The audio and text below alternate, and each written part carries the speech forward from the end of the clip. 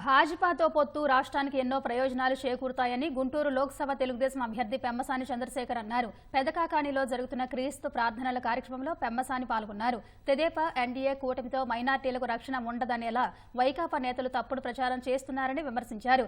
రాష్ట్ర అభివృద్ధికి కేంద్ర సహకారం తప్పనిసరన్నారు. ఈ రోజు కాదు తెలుగుదేశం పార్టీ పొత్తు పెట్టుకుంది. ఇంతకుముందు వాజ్పేయి గారు ఉన్నప్పుడు పొత్తు పెట్టుకున్నాం.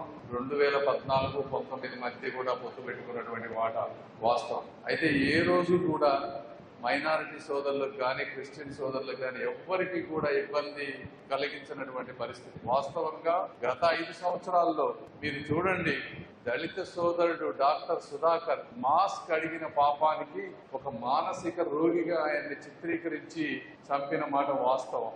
ఒక దళిత సోదరుడిని చంపి డోర్ డెలివరీ చేసినటువంటి మాట కూడా వాస్తవం. గత 5 సంవత్సరాల్లో బీజేపీతో పొత్తు ఉన్నప్పుడు కానీ లేనప్పుడు కానీ ఒక్కటంటే ఒక్కటటువంటి అలాంటి ఇన్స్టెన్సెస్ ఏ రోజు జరగలేదు.